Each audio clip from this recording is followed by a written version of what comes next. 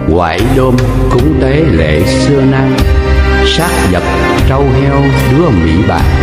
Kẻ mất cho ăn suy khó hiểu, người còn bạc đãi lạ lùng than.